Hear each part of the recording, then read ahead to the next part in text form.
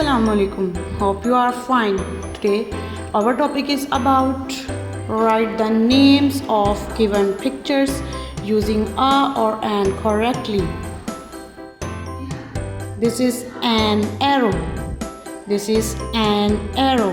Arrow is a common noun. Its starting sound is a.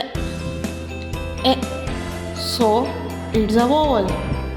And use an before the arrow. An arrow. An arrow. This is a mat. This is a mat. Mat is a common noun. Its starting sound is so it is a vowel. Dear students, please subscribe our channel, press the bell icon, like, share and comment the videos. Thank you very much.